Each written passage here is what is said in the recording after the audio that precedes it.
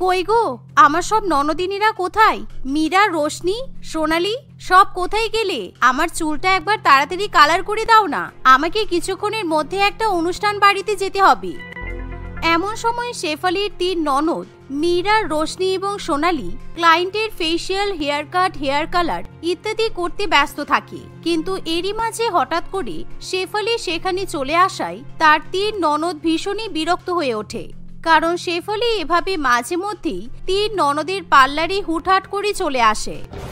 বৌদি, তুমি তো দেখতেই পাচ্ছ আমরা ক্লায়েন্টদের সার্ভিস দিচ্ছি, তুমি একটু বসো, আমার হাতের কাজটা হয়ে গেলে তারপর আমি তোমার চুলের কালার করে দেব। না না, আমারও তো সময় নেই, আমাকে এখনই চুল কালার করে দিতে হবে। আমার 3 ননদের পার্লার বলে কথা, আমি তো একটু স্পেশাল সার্ভিস পেতেই পারি। এই যে ভদ্রমহিলা, আপনি উঠুন তো এখান থেকে, অনেকক্ষণ ধরে চুল কেটেছেন, এবার বাড়ি যান। বুড়ো বয়সে আপনারা তো চুল কাটার কি আছে? হ্যাঁ, এখন তো আমাদের চুল কাটার সময়। এই বলে শেফালি একটা কাস্টমারকে হাত ধরে চেয়ার থেকে টেনে তুলে দেয় আর সে নিজেই সেই চেয়ারে বসে পড়ে। যা দেখে সেই কাস্টমার ভীষণই হতভম্ব হয়। এই, এত বড় সাহস তোমার? আমাকে আজ পর্যন্ত কেউ কোনোদিন ইনসাল্ট করার সাহস পায়নি। এই মহিলা আজকে আমাকে আজে বাজে কথা বলছে। মীরা, আমি তোমাদের পার্লারে অনেক আশা নিয়ে এসেছিলাম। আমি শুনেছিলাম তোমাদের পার্লারে নাকি ভালো সার্ভিস পাওয়া যায়, কিন্তু এত বাজে ব্যবহার আমি এক্সপেক্ট করিনি। আমি তোমাদের পার্লারের ব্যাড রিভিউ দিয়ে দেব। এমন কথা শুনে মীরা, সোনালি এবং রোশনি 3 বোন ভয় পেয়ে যায়। আর তারা অনুষ্কা দেবীকে অনেকবার আটকানোর চেষ্টা করলেও অনুষ্কা দেবী কোনো কথা শোনে না। আর যা দেখে শেফালি মনে মনে খুবই মজা পায়। না না ম্যাডাম, আপনি প্লিজ এরকম করবেন না। আপনাকে আজকে হেয়ার কাটটা আমি ফ্রিতে করে দেব, কিন্তু আপনি প্লিজ খারাপ রিভিউ দেবেন না। আসলে আমার বৌদি বুঝতে পারেনি, আমার বৌদি আপনাকে ওভাবে কিছু বলতেও চায়নি। আপনি বসুন, আমরা এখনই আপনার হেয়ার কাটটা করে দিচ্ছি। বৌদি, তুমি কেন ইচ্ছে করে আমাদেরকে অপদস্থ করছো বলো তো? তোমার চুল কাটা, হেয়ার কালার করা কি আগে? আমাদের কাস্টমারদের ভালো সার্ভিস না দিতে পারলে আমাদের পার্লারই তো কোনোদিন উঠে যাবে। তোমাদেরকে বললাম না আমার হেয়ার কাটটা তাড়াতাড়ি কালার করে দিতে? আমার এক জায়গায় যাওয়ার আছে, তাড়াতাড়ি করে আমার চুল কালার করে দাও, তা না হলে আমি কিন্তু আরো ঝামেলা করব বলে দিলাম। বৌদির কথা শুনে 3 ননদের কিছু করার থাকে না, তাই রোশনি আগে শেফালির হেয়ার কাট করে তার হেয়ার কালার করতে শুরু করে। আরে বাবা রোশনি, এইটুকু হেয়ার কালার কেন দিচ্ছ? আরো বেশি করে হেয়ার কালার দাও। এত কিপ্টের মতো কালার দিলে চুলটা কি ভালো থাকবে? বেশ ভালো করে তুমি আমাকে হেয়ার কালার করে দাও, তারপরে চুলে কিন্তু স্পা করে দেবে। এভাবেই শেফালি নিজের ইচ্ছে মতো সার্ভিস নেওয়ার পর 3 ননদের হাতে কোনো টাকা দেয় না, যার ফলে 3 ননদ খুবই বিরক্ত হয়ে ওঠে। বৌদি, তুমি কোনো টাকা দিলে না কেন? সবার আগে বসে হেয়ার কাট করালে তোমার জন্য আমাদের কাস্টমাররা দাঁড়িয়ে আছে, এদিকে তুমি কোনো টাকা না দিয়েই চলে যাচ্ছ। বাকি কাস্টমাররা এসব দেখলে কি বলবে বলো তো? আরে, আমি তো তোমাদের একমাত্র বৌদি, টাকা নিয়ে আবার তোমাদের চিন্তা করতে লাগে? আমি তো আর পালিয়ে যাচ্ছি না, তোমাদের দাদা তো বাড়িতে আছে, তাই তোমাদের দাদার কাছ থেকে চেয়ে টাকা দিয়ে দেব, কেমন? এই বলে শেফালি অনুষ্ঠান বাড়িতে চলে যায়। এভাবে শেফালি প্রায় দিনই 3 ননদের পার্লার থেকে কখনো ফেসিয়াল, কখনো হেয়ার কাট, কখনো পেডিকিওর, কখনো ম্যানিকিওর ইত্যাদি করিয়ে নিয়ে চলে যায়, কিন্তু সে কখনো 3 ননদকে টাকা দেয় না। এমনই একদিন, প্রত্যেকদিন বৌদি যেভাবে আমাদেরকে টুপি পরিয়ে কাজ করিয়ে নিয়ে চলে যাচ্ছে, এতে কিন্তু আমাদের প্রচুর টাকা লস হয়ে যাচ্ছে। আজকে দেখ, আমাদের পার্লারের হেয়ার কালার গুলো শেষ হয়ে গেছে, আজকেও বৌদি নিশ্চয়ই আমাদের পার্লারে আসবে। আমি বরঞ্চ আগেই বৌদিকে ফোন করে হেয়ার কালার আনার কথা বলি। আর শোন, বৌদিকে বডি স্ক্রাব, বডি পলিশিং কিটটাও আনতে বল। এসেই তো এখনই বলবে আমার ফেসিয়াল করে দাও, ওয়্যাক্সিং করে দাও। আমাদের কত প্রোডাক্ট নষ্ট হয় বলতো? এভাবে চলতে থাকলে আমাদের ব্যবসা তো লাঠে উঠবে। এই শুনে রোশনি তখনই তার বৌদিকে ফোন করে। বৌদি, আমাদের পার্লারে একজন কাস্টমার হেয়ার কালার করার জন্য বসে আছে, কিন্তু আমাদের কাছে পর্যাপ্ত হেয়ার কালার না থাকার জন্য আমরা কাজ করতে পারছি না। তুমি প্লিজ আশেপাশের কোনো দোকান থেকে একটু হেয়ার কালার কিনে এনে দাও না। আর হ্যাঁ, তুমি তো হেয়ার কালার কিনতে দোকানে যাবে, সেই সঙ্গে একেবারে বডি পলিশিং কিটটাও কিনে এনো। শেফালি খুব ভালো মতোই বুঝতে পারে তার ননদরা তার কাছ থেকে টাকা নেওয়ার চেষ্টা করছে, কারণ শেফালি কখনোই পার্লারে টাকা দিয়ে আসে না, কিন্তু শেফালির কাছ থেকে টাকা নেওয়া অতটাও সহজ নয়। না না, আমার কাছে তো এখন কোনো টাকা নেই। জানো, তোমাদের দাদা তো আমাকে টাকা দিয়েই যায় না। তোমরা তো 3 জন আছো, তোমাদের 3 জনের টাকা দিয়ে হেয়ার কালার কিনে নাও। এমনিও আমি আজকে পার্লারে যাব না, তাই আমি হেয়ার কালার বা বডি পলিশিং কিট কিনতেও পারলাম না। সরি গো। শেফালির কথা শুনে 3 ননদের কিছু করার থাকে না। এভাবেই শেফালি সবসময় 3 ননদের সঙ্গে চালাকি করে থাকে। এভাবেই কয়েকটা দিন কাটে। একদিন শেফালির এক বান্ধবী পূজা তাকে ফোন করে। এই শেফালি, চল না তোর 3 ননদের পার্লার থেকে ঘুরে আসি। আজকে আবার আমার একটা পার্টি আছে, তাই আমি যদি আমার ফ্যামিলি মেম্বারদের নিয়ে তোর পার্লারে যাই তাহলে তোর কি খুব অসুবিধা হবে? না না, অসুবিধা কিসের? তুই যতজন ইচ্ছা ফ্যামিলি মেম্বারদের নিয়ে আয় না, কোনো অসুবিধা নেই। আরে তোকে বলছি না আমার ননদের পার্লার, তোরা যত খুশি যেতে পারিস, কোনো চাপ নেই। এই কথা শুনে পূজা খুবই খুশি হয়। কিছুক্ষণের মধ্যেই পূজা তার পুরো ফ্যামিলি মেম্বারদের নিয়ে শেফালির 3 ননদের পার্লারে চলে যায়। কিন্তু শেফালির 3 ননদ কোনোভাবেই জানতে পারে না যে শেফালি তার বান্ধবী এবং বান্ধবীর পরিবারকে সেখানে পাঠিয়েছে। তাই 3 বোন এত কাস্টমারকে একসঙ্গে দেখে খুবই খুশি হয়। 3 বোন মিলে তাড়াতাড়ি করে পূজা এবং তার পরিবারের hair cut, hair colour, body spa, pedicure, manicure, nail extension, facial ইত্যাদি শেষ করার পর পার্টি মেকআপ করতে শুরু করে। শেফালি আমাকে বলেছিল ওর ননদের পার্লারে আসলে কোনো টাকা পয়সা দিতে হবে না। আমার বাড়ির এতগুলো গেস্টের পার্টি মেকআপ করাতে গেলে প্রচুর টাকা লেগে যেত। দেখি একবার যদি শেফালির ননদরা টাকা না নেয় তাহলে তো আমার খুব লাভ হবে। এভাবে কিছুক্ষণের মধ্যেই সবার মেকআপ করানো হয়ে গেলে একে একে সবাই টাকা না দিয়ে সেখান থেকে চলে যেতে শুরু করে, যা দেখে মীরা, রোশনি এবং সোনালি 3 বোন খুবই অবাক হয়। আপনারা টাকা না দিয়ে চলে যাচ্ছেন যে? এতগুলো পার্টি মেকআপ করালেন, hair cut, hair colour, body spa, facial, আরো কত কিছু করালেন, তবুও টাকা দিচ্ছেন না কেন? আপনাদের টোটাল কিন্তু 35,000 টাকা হয়েছে। টাকা না দিয়ে আপনারা যেতে পারবেন না। আরে এটা তো আমার বান্ধবীর ননদদের পার্লার। আমার বান্ধবী আমাকে বলেছে এখানে আসলে আমি ফ্রিতেই সবকিছু করিয়ে নিতে পারবো, তাই তো আমি সবাইকে নিয়ে এখানে ফ্রিতে কাজ করাতে এসেছি। এমন কথা শুনে 3 বোন ভীষণই রেগে যায়। দেখুন, 1000 জন কাস্টমার এসে যদি আমাদের বৌদির নাম করে কাজ করিয়ে নিয়ে চলে যায় তাহলে চলবে কিভাবে? আমরা কোনো কথা শুনতে চাই না। আপনি যদি 35,000 টাকা পে না করেন তাহলে কিন্তু আমরা আপনাকে এখান থেকে যেতে দেব না। এরকম কথা শুনে পূজা শেষ পর্যন্ত 35,000 টাকা দিতে বাধ্য হয়। কিন্তু এতে করে পূজা শেফালির উপর খুবই রেগে যায়, কারণ কিছুদিন আগেই শেফালি পূজার কাছ থেকে 1 লক্ষ টাকা ধার নেয়।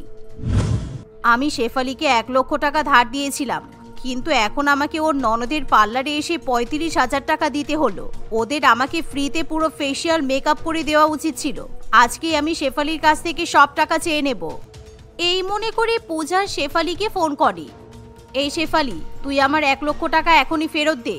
সেই কবে আমার কাছ থেকে 1 লক্ষ টাকা নিয়েছিস, এখনো পর্যন্ত দিচ্ছিস না।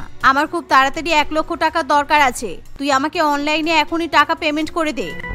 এই কথা শুনে শেফালি বড্ড বিপদে পড়ে, কারণ শেফালির কাছে সেই মুহূর্তে 1 লক্ষ টাকা থাকে না। আসলে পূজার কাছ থেকে 1 লক্ষ টাকা ধার নিয়ে শেফালি কিছুদিন আগে একটা আইফোন কিনে ফেলে। তাই শেফালি বাধ্য হয়ে তার বর সুরজের কাছে 1 লক্ষ টাকা চায়। এখন তো মাসের শেষ, আমি এখন 1 লক্ষ টাকা কোথা থেকে পাবো? আমার কাছে তো অত টাকা নেই। আর তাছাড়া তোমাকে আমি কতবার বারণ করেছি এডুর কাছ থেকে টাকা ধার নেবে না। এখন আমি 1 লক্ষ টাকা কোথা থেকে দেবো বলো তো? তুমি তোমার বান্ধবীকে বলে দাও আমার কাছে টাকা নেই।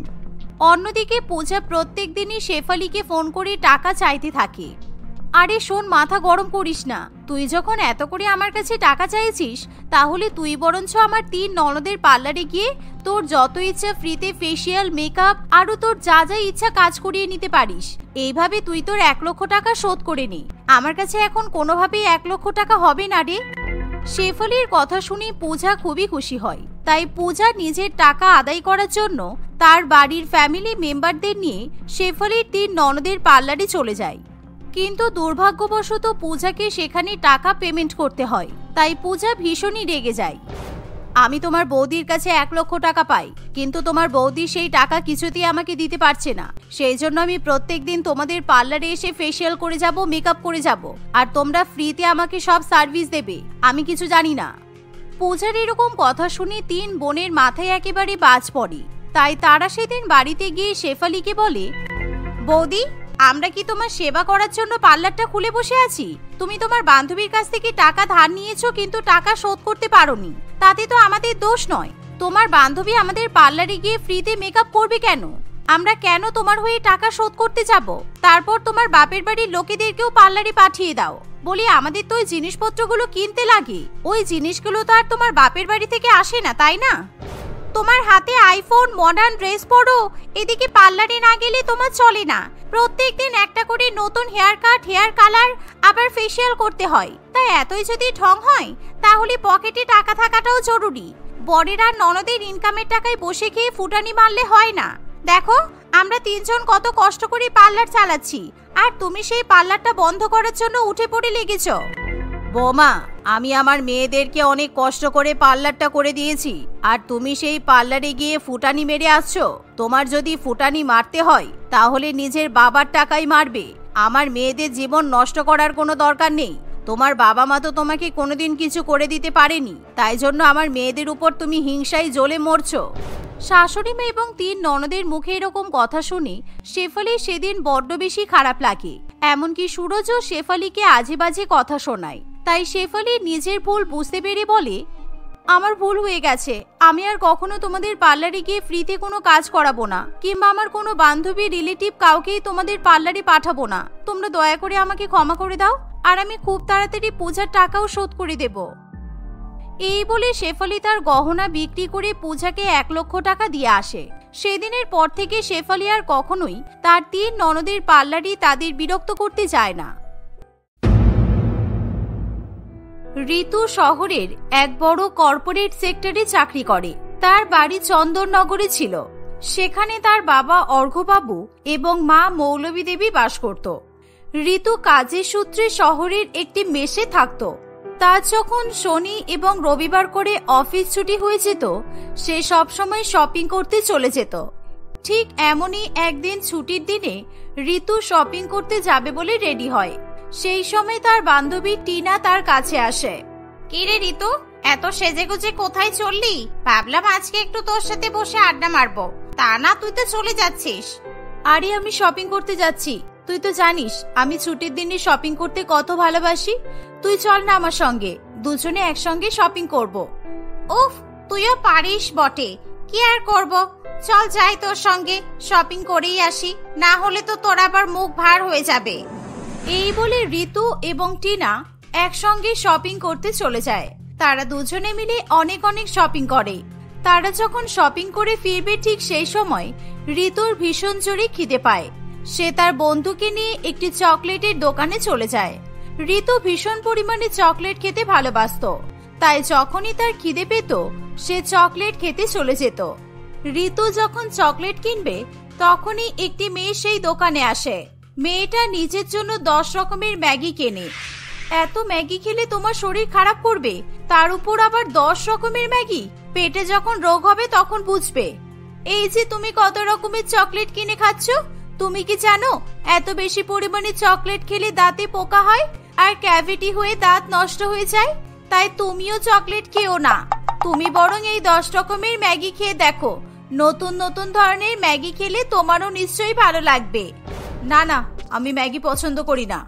সে তো আমিও চকলেট পছন্দ করি না, কিন্তু ইচ্ছা হলে চকলেট খেয়ে নি। তাই তুমিও 10 রকমের ম্যাগি খেয়ে দেখো। এই বলে মেয়েটি নিজের জন্য 10 রকমের ম্যাগি কিনে নিয়ে চলে যায়। ঋতুও 10 রকমের ম্যাগি, যেমন চিকেন ম্যাগি, মটন ম্যাগি, চিংড়ি Maggi, egg Maggi, fish Maggi, fruit Maggi, butter masala Maggi, reshmi kebab Maggi, chaat masala Maggi এবং ফুচকা ম্যাগি দেখে ভীষণ পরিমাণে অবাক হয়ে যায়। ঋতুও সেখান থেকে 10 রকমের ম্যাগি কিনে নেয়। ঋতু এবং টিনা কিছুক্ষণ পর যে যার মতো নিজের মেসে চলে যায়। ঋতু তার মেসে গিয়ে একে একে সব ধরনের ম্যাগি বানিয়ে খায়। তার ম্যাগিগুলো খেয়ে ভীষণ পরিমাণে ভালো লাগে। বাহ, এই 10 রকমের ম্যাগিগুলোর টেস্ট তো জাস্ট অসাধারণ। আমার তো হেব্বি লাগছে এই 10 রকমের ম্যাগি খেতে। এবার থেকে যখনই খিদে পাবে তখন এমন 10 রকমের ম্যাগি বানিয়েই খাবো। এইভাবে ঋতু 10 রকমের ম্যাগি খাওয়ার জন্য খুবই পাগল হয়ে ওঠে। সে সব সময় 10 রকমের ম্যাগি নিয়ে এসে বানিয়ে খায়। ঋতু একদিন অফিসে কাজ করে খুবই ক্লান্ত হয়ে পড়ে। সারাদিন মিটিংয়ে ব্যস্ত থাকার ফলে ঋতুর ভীষণ পরিমাণে খিদে পেয়েছিল। সে অফিসে পেন্ট্রি বয়কে নিজের কেবিনে ডাকে। দাদা, আমার খুব খিদে পেয়েছে, সারাদিন কিচ্ছু খাইনি। অফিস ক্যান্টিনে আমার জন্য একটু খাবার রান্না করে যাবে? কারণ এখন যদি আমি না খাই তাহলে খিদের জ্বালায় আমি মরে যাব। এখন ক্যান্টিনে রান্না? আপনি কি এখন খাবেন যে আপনাকে রান্না করে দিতে হবে? ক্যান্টিনে এমনিতেই চাউমিন রাখা আছে, সেইগুলো খেয়ে নিন। না না, আমি এসব খাবো না। আমি 10 রকমের ম্যাগি খাবো। তোমাকে যে 10 রকমের ম্যাগির নাম বলছি সেগুলো আমাকে কিনে এনে বানিয়ে দাও, আমি ওগুলোই খেয়ে নেব। ঋতু পেন্ট্রি বয়কে নিজের পছন্দের 10 রকমের ম্যাগির নাম বলে দেয়। পেন্ট্রি বয় সেই ম্যাগিগুলো নিয়ে এসে ঋতুর জন্য রান্না করা শুরু করে। ঋতু মনের আনন্দে সেই ম্যাগিগুলো খায়। এইভাবেই প্রায় কিছুদিন কাটে, কিন্তু তার ম্যাগির প্রতি পাগলামি কিছুতেই যেতে চায় না। একদিন ঋতু 10 রকমের ম্যাগি বানিয়ে খাচ্ছে, সেই সময় পৌলমী দেবী তাকে ফোন করে। কিরে ঋতু, তুই তো দেখছি তোর বাবা মায়ের কথা ভুলেই গেছিস। এখন ছুটি পেলেও আর বাড়িতে আসতে চাস না। একদিন বাড়িতে আয়, তোর সাথে আমাদের কিছু কথা আছে। সেরকম কোনো ব্যাপার নয় মা, তুমি যখন এতবার করে বলছো। তাহলে তো কালকে শুক্রবার আর শনি রবি আমার ছুটি, তাহলে আমি কালকে রাত্রিবেলায় বাড়ি যাব। এই কথা শুনে পৌলমী দেবী ভীষণ পরিমাণে খুশি হয়। অফিস ছুটি হয়ে গেলে ঋতু নিজের জন্য 10 রকমের অনেক অনেক ম্যাগির প্যাকেট কিনে নেয়। যদি তার বাড়ির কাছে 10 রকমের ম্যাগি না পাওয়া যায়, তাই সে শহর থেকেই 10 রকমের ম্যাগি কিনে নিয়ে যায়। তাকে দেখে তার বাবা মা খুবই খুশি হয়।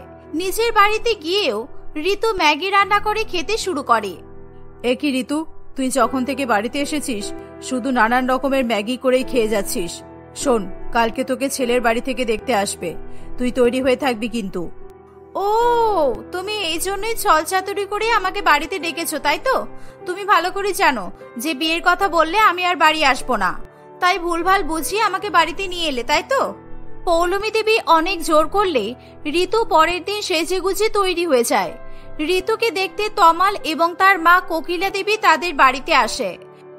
ঋতু এবং তমালের একে অপরকে খুবই পছন্দ হয়। কিছুদিনের মধ্যেই তাদের ধুমধাম করে বিয়ে হয়ে যায়। বিয়ের পরও ঋতুর 10 রকমের ম্যাগি খাওয়ার স্বভাব যায় না। সে একদিন নিজের জন্য বেশ ভালো করে 10 রকমের ম্যাগি বানিয়ে রান্নাঘরে বসে বসে একাই ম্যাগিগুলো খেতে থাকে। এই দেখে তার শাশুড়ি মা বলে, বৌমা, তুমি কি সারাদিন এই 10 রকমের ম্যাগি খেয়ে থাকো? তুমি যেদিন থেকে বিয়ে করে এই বাড়িতে এসেছো সেদিন থেকেই দেখছি তুমি নয়তো এই ম্যাগি নয়তো সেই ম্যাগি বানিয়ে খেয়েই যাচ্ছ। মা, আপনি নানান রকমের ম্যাগি খাবেন, তাহলে আমি আপনাকেও ম্যাগি বানিয়ে খাওয়াবো। সব সময় তো ওই ডাল আর ভাত খাচ্ছেন, একবার বিভিন্ন রকমের ম্যাগি খেয়ে দেখুন, সব খাবারের স্বাদ ভুলে যাবেন। কোকিলা দেবীও মনের আনন্দে বিভিন্ন রকমের ম্যাগি খায়। তারও এই 10 রকমের ম্যাগি খেয়ে ভীষণ পরিমাণে ভালো লেগে যায়, কিন্তু সে তার বৌমার মতো 10 রকমের ম্যাগি পাগল হয়ে ওঠে না। এভাবেই প্রায় বেশ কিছুদিন কাটে। একদিন ঋতু রান্নাঘরে 10 রকমের ম্যাগি বানাচ্ছে, সেই সময়, আমি তোমাকে কতবার বারণ করেছি যে তুমি এরকম এত ধরনের ম্যাগি বানিও না, আর এই ম্যাগি খেও না। তুমি তো দেখছি আমার কোনো কথা কানে করো না। এবার কিন্তু বাড়াবাড়ি করে ফেলছো। আমি যেন আর কখনো তোমাকে ম্যাগি বানাতে না দেখি। আমার ভুল হয়ে গেছে, আমি আর কখনো এই 10 রকম ফ্লেভারের ম্যাগি কিনবও না আর খাবও না। আপনি দয়া করে আমার উপর রাগ করবেন না। ঋতুর কথা শুনে তার শাশুড়ি মা সেখান থেকে চলে যায়। নিজের শাশুড়ি মায়ের মুখে এই কথা শুনে ঋতু ভীষণ পরিমাণে চিন্তায় পড়ে, কিন্তু সে কিছুতেই নিজের ম্যাগি খাওয়ার স্বভাব ছাড়তে পারে না। ঋতু দোকান থেকে 10 রকমের ম্যাগি কিনে নিয়ে আসে। আমি 10 রকমের ম্যাগি রান্নাঘরে 10টা জায়গায় লুকিয়ে রাখবো আর রান্না করে করে খাবো। আমার শাশুড়ি মা কিছু টেরই পাবে না। যাই, ম্যাগিগুলো এখনই লুকিয়ে রেখে দিই, না হলে এখন যদি আমার হাতে এতগুলো ম্যাগি দেখে নেয় তাহলে মা সারা বাড়ি মাথায় তুলে নেবে। এই বলে ঋতু রান্নাঘরে 10টা জায়গায় 10 রকমের ম্যাগি লুকিয়ে রাখে। কোকিলা দেবী তার এই বোমার কাণ্ড কিছুতেই বুঝতে পারে না। ঋতু যখনই 10 রকমের ম্যাগি খেতে ইচ্ছা করে, সে রান্নাঘরে এসে লুকিয়ে লুকিয়ে ম্যাগি বার করে রান্না করে খেয়ে নেয়। একদিন ঋতু রান্নাঘরের দরজা বন্ধ করে নিজের জন্য 10 রকমের ম্যাগি রান্না করছে, সেই সময় কোকিলা দেবী রান্নাঘরের দরজা খুলে সেখানে চলে আসে। তোমাকে বারণ করা সত্ত্বেও তুমি শুনলে না। তুমি আমাকে সেদিন কি বললে? তুমি আর কোনোদিনও 10 রকমের ম্যাগি রান্না করে খাবে না। তাহলে এটা তুমি কি রান্না করছো? আমার মাথা আর তোমার মুন্ডু? ঋতু ভীষণ ভয় পেয়ে যায়। কোকিলা দেবী রেগে গিয়ে ঋতুর রান্না করা ম্যাগি ডাস্টবিনে ফেলে দেয়। সে নিজের বৌমাকে নিজের মাথার দিব্যি দেয় যাতে সে কোনোদিনও বাড়িতে 10 রকমের ম্যাগি কিনে নিয়ে আসার কথা ভাবতেও না পারে। এইভাবেই প্রায় বেশ কিছুদিন কাটে। একদিন, আমি যে কি করে 10 রকমের ম্যাগি খাবো কিছুতেই বুঝতে পারছি না। বাড়িতে কিনেও নিয়ে আসতে পারছি না, আর রান্না করে খেতেও পারছি না। ঋতু 10 রকমের ম্যাগি খাওয়ার জন্য একটা প্ল্যান করে। সে নিজের বাড়ি থেকে কোনো না কোনো অজুহাত দিয়ে রাস্তায় বেরিয়ে যে কোনো রেস্টুরেন্টে চলে যায়। সেখানে গিয়ে সে বিভিন্ন ধরনের ম্যাগি খাওয়া শুরু করে দেয়। বিশেষত যেই রেস্টুরেন্টে 10 রকম ফ্লেভারের ম্যাগি পাওয়া যায় সেই সব রেস্টুরেন্ট তার ভীষণ পছন্দের হয়ে ওঠে। একদিন তমাল অফিসে চলে গেলে ঋতু ম্যাগি খেতে যাবে ঠিক সেই সময় তার শাশুড়ি মায়ের ভীষণ পরিমাণে শরীর খারাপ করে। এ কি মা, আপনার কি হয়েছে? আপনার কি শরীর খুব খারাপ লাগছে? এই নিন, একটু জল খান, দেখবেন ভালো লাগবে। এই বলে ঋতু তার শাশুড়ি মাকে জল খাইয়ে দেয়। সে তমালকে ফোন করে বাড়িতে ডাকে। তমাল তার মায়ের শরীর খারাপের কথা শুনে ভীষণ পরিমাণে চিন্তায় পড়ে। আজকে সন্ধ্যাবেলা আমার একটা খুব ইম্পর্টেন্ট মিটিং আছে, তুমি আজকে বাড়ি থেকে বাইরে বেরিও না। মায়ের তো শরীরটাও ভালো নেই, তাই মায়ের দেখাশোনা করো, কেমন? এই কথা শুনে ঋতু ভীষণ পরিমাণে চিন্তায় পড়ে যায়, কারণ সে খোঁজ পেয়েছিল যে বালিগঞ্জে শুধুমাত্র বিভিন্ন রকমের ম্যাগির জন্য একটা রেস্টুরেন্ট খোলা হয়েছে। সন্ধ্যাবেলা সে রেস্টুরেন্টে গিয়ে 10 রকমের ম্যাগি খাবে বলে ঠিক করেছিল, কিন্তু তার শাশুড়ি মায়ের শরীর খারাপ করায় তার কাছে আর কোনো উপায় থাকে না। ঠিক আছে, তুমি চিন্তা করো না, আমি মায়ের খেয়াল রাখবো। তমাল এই কথা শুনে স্বস্তির নিঃশ্বাস ফেলে। সন্ধ্যা হতে না হতেই তমাল মিটিং এর জন্য বেরিয়ে যায়। কোকিলা দেবীও নিজের শরীরকে সুস্থ করে তোলার জন্য ঘুমের ওষুধ খেয়ে ঘুমিয়ে পড়ে। ঋতুর হাতে 10 রকমের ম্যাগি খেতে যাওয়ার সুবর্ণ সুযোগ চলে আসে। এই তো এতক্ষণে একটা ভালো সুযোগ পেয়েছি। মা ঘুমিয়ে পড়েছে, আর যা কড়া ঘুমের ওষুধ খেয়ে ঘুমিয়েছে, আজকে রাতে অন্তত মায়ের ঘুম ভাঙবে না। আর তমালেরও মিটিং শেষ হতে দেরি আছে, আমি এই সুযোগে 10 রকমের ম্যাগি খেয়ে চলে আসি। এই বলে ঋতু সেজেগুজে 10 রকমের ম্যাগি খেতে বালিগঞ্জের একটা নতুন রেস্টুরেন্টে চলে যায়। সে রেস্টুরেন্টে ভীষণ ভিড় দেখে ভয় পেয়ে যায়, কিন্তু সে কোনো মতে ভিড় ঠেলে 10 রকমের ম্যাগি খাওয়ার জন্য কাউন্টারের কাছে চলে যায়। দাদা, আপনাদের নতুন রেস্টুরেন্টে যে 10 রকমের স্পেশাল ম্যাগি পাওয়া যাচ্ছে, আমাকে ওই 10 রকমের ম্যাগি 20 প্লেট দিয়ে দেবেন। আমি এখানেই বসে খাবো। ও দিদি, দেখছেন তো কি ভিড়, এখন ম্যাগি বানাতে আধ ঘন্টা সময় লাগবে। আপনি গিয়ে বসুন, আপনার 10 রকমের ম্যাগি রেডি হয়ে গেলে আমাদের ওয়েটার গিয়ে আপনাকে দিয়ে আসবে। ঋতু এই কথা শুনে একটা টেবিলে গিয়ে বসে পড়ে। প্রায় আধ ঘন্টা পর ঋতু 10 রকমের ম্যাগি রান্না হয়ে গেলে ওয়েটার তার টেবিলে এসে 10 রকমের ম্যাগি দিয়ে যায়। সে মনের আনন্দে বসে ম্যাগি খাচ্ছে, সেই সময় একজন অচেনা ব্যক্তি ভিড়ের মধ্যে কোথাও বসার জায়গা না পেয়ে ঋতুর টেবিলে এসে বসে পড়ে। সেই ব্যক্তিও 10 রকমের ম্যাগি খাচ্ছে দেখে ঋতুও ভীষণ খুশি হয়ে যায়। সে তাকে আর টেবিল থেকে উঠে যাওয়ার কথা বলে না। এই তুমি আমার মায়ের খেয়াল রাখছো? একটা পরপুরুষের সাথে রেস্টুরেন্টে বসে ম্যাগি খেতে লজ্জা করে না? তুমি তো সবসময় বাড়িতেও ম্যাগি খাও, আর এখন 10 রকমের ম্যাগি খাওয়ার জন্য একটা ছেলে বন্ধুও পাতি নিয়েছো। ছি ছি ছি। তমাল নিজের অফিস কলিগদের সঙ্গে মিটিং করার জন্য বালিগঞ্জের সেই রেস্টুরেন্টকেই বেছে নিয়েছিল। সেই রেস্টুরেন্টে এসে নিজের বউকে অন্য ব্যক্তির সঙ্গে বসে ম্যাগি খেতে দেখে তমাল ভীষণ পরিমাণে রেগে যায়। তমাল যখন ঋতুকে এই সমস্ত কথা বলছে, তখন অচেনা ব্যক্তিটি ভয়ের চোটে অন্য জায়গায় সরে যায়। ঋতু ভীষণ লজ্জা পেয়ে যায় এবং সে মনে মনে আফসোস করা শুরু করে। বিশ্বাস করো, আমি ওই লোকটাকে চিনি না। আমি 10 রকমের ম্যাগি খাওয়ার জন্য এই রেস্টুরেন্টে এসেছিলাম। যখন টেবিলে বসে একা ম্যাগি খাচ্ছিলাম, তখন লোকটা এখানে এসে বসে পড়েছিল, আর উনিও 10 রকমের ম্যাগি খাচ্ছেন বলে আমার সাথে কথা বলছেন। আর এর থেকে বেশি কিছুই নয়, তুমি বিশ্বাস করো প্লিজ। তমাল ঋতুকে নিয়ে বাড়ি ফিরে যায়। কোকিলা দেবীর ঘুম ভাঙলে তমাল তার মাকে সব কথা বলে। দেখ, আমি মানছি বৌমার ভুল হয়েছে, কিন্তু ও একটা পরপুরুষকে নিজের বন্ধু পাতিয়ে নেবে সেটা আমি বিশ্বাস করতে পারবো না। হ্যাঁ, ও একটু 10 রকমের ম্যাগি খেতে ভালোবাসে ঠিকই, কিন্তু এই নোংরামি আমার বৌমা কখনোই করতে পারে না। তমালও বুঝতে পারে যে তার নিজের বউকে সন্দেহ করাটা উচিত হয়নি। ঋতু নিজের এই 10 রকমের ম্যাগি পাগলামির জন্য সকলের কাছে ক্ষমা চায়। সে আর কখনো 10 রকমের ম্যাগি ছুঁয়েও দেখে না। এইভাবে ঋতু সকলের সঙ্গে সুখে শান্তিতে দিন কাটাতে থাকে।